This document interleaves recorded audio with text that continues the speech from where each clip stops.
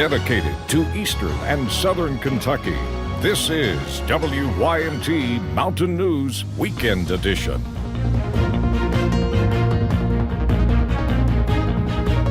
Good evening and thanks for joining us tonight. I'm Macy Marie, and it might be dry in some places right now, some other places starting to see some rain, but that could be all of us pretty soon. There's the possibility of some strong to severe storms that could roll in tomorrow. WYMT Chief Meteorologist Paige Noel is in the Weather Center tracking those, and she has more details on that. Paige, already seeing some rain, some people saying it's been a little windy out there. What else do we have going on? Yeah, Macy, we saw a few of those actually showers and storms start to become more on the severe side this evening, but we're definitely still keeping an eye on the severe threat even as we head into your Monday. But we've got some really cool photos, and this one is from Daniel in Paintsville Lake of the shelf cloud moving through. So just very gusty winds and heavy rain was really the main threat as we headed to the overnight hours. This actually wasn't severe warned. It was just a pretty gusty storm moving into the region. And as we look at pinpoint Doppler, you can see those showers and storms over into western Kentucky held on as they moved into parts of eastern Kentucky. We actually expected those to fall apart, which is what we are seeing now, but they actually held on a little bit longer than expected. But as we scan the skies now, there's a little bit of that rain you were mentioning, as we're seeing some in parts of Floyd County into Knott County as well, some showers into Pike County, Martin County, and so that moving off into Charleston and into West Virginia and Virginia. Keeping on that next line, you can see out west, but it's starting to break up a little bit, and that one should start to break up as it heads into parts of our area. Temperatures upper 60s to lower 70s, not too bad out there. Really see those temperatures remain into about the upper 60s to lower 70s as we head into the overnight hours, but more showers and storms are expected as we head into your Monday. Could be severe at times. After Monday, we finally start to dry out and warm up. I'll have a look at that full forecast coming up in just a few short minutes. And when that severe weather does hit, first responders jump into action. Rescue crews perfected their swift water rescue skills in Floyd County this weekend. Between survival swim to boat rescue, a 3-day training course taught life-saving techniques. Nick Potter with the Pikeville Fire Department says these situations can be stressful, but with enough training, they can feel confident while keeping eastern Kentuckians safe. As first responders, we need to train to remain calm and use the best common sense to mitigate whatever task is in front of us.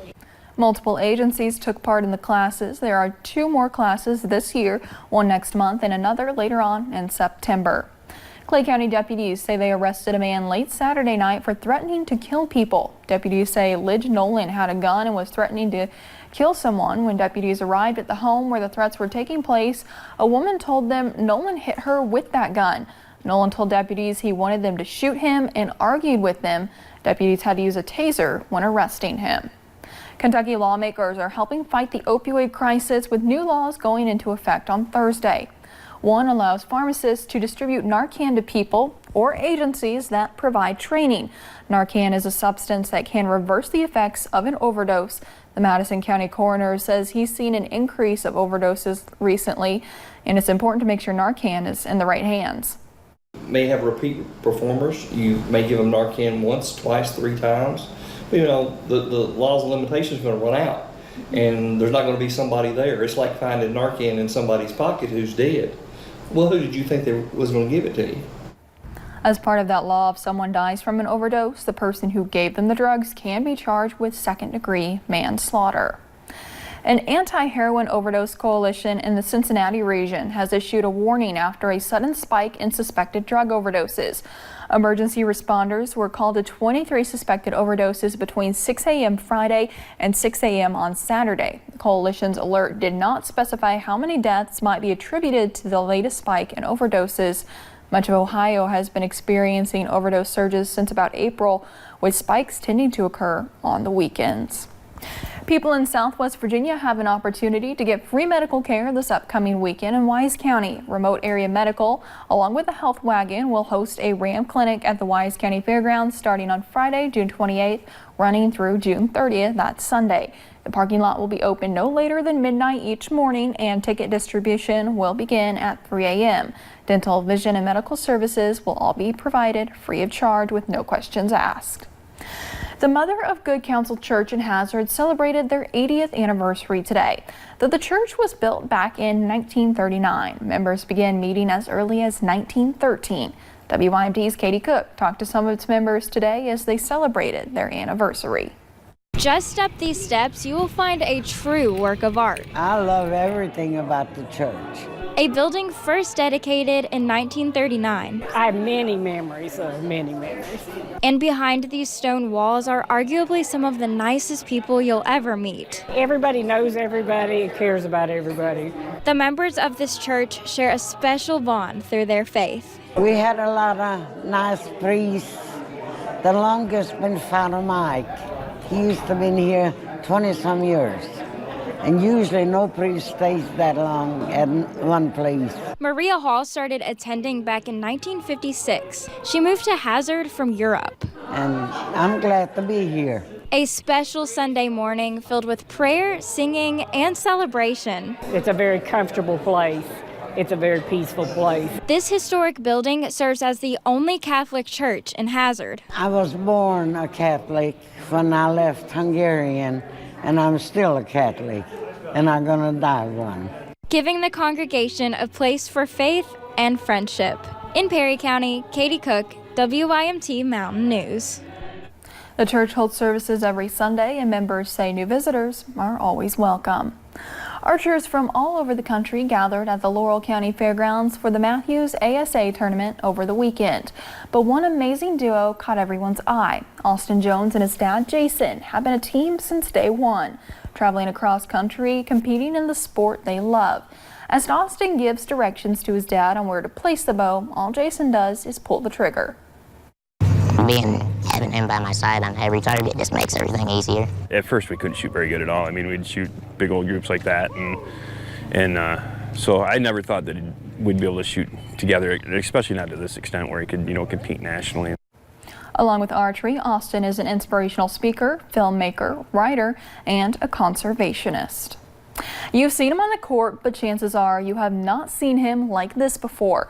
Former Wildcat Isaac Humphries is showing his skills on stage. Matthew Rand takes us to a benefit concert where Humphries took the mic.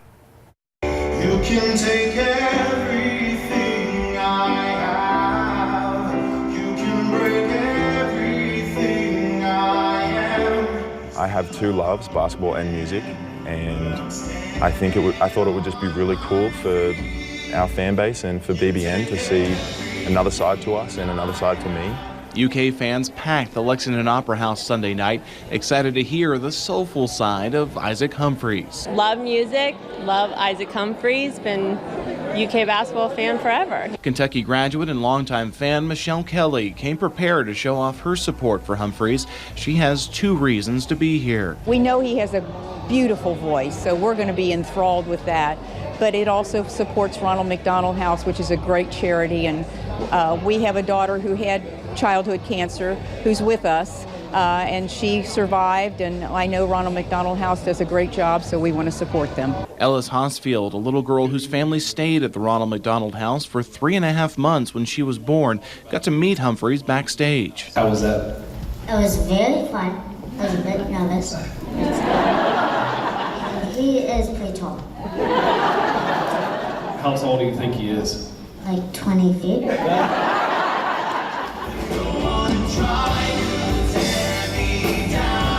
Coach Cal always talks about giving back to the community, and I think Isaac is certainly doing that and living that true to life. So him being able to give back to the Lexington community, a community that he still calls home, has just been absolutely spectacular.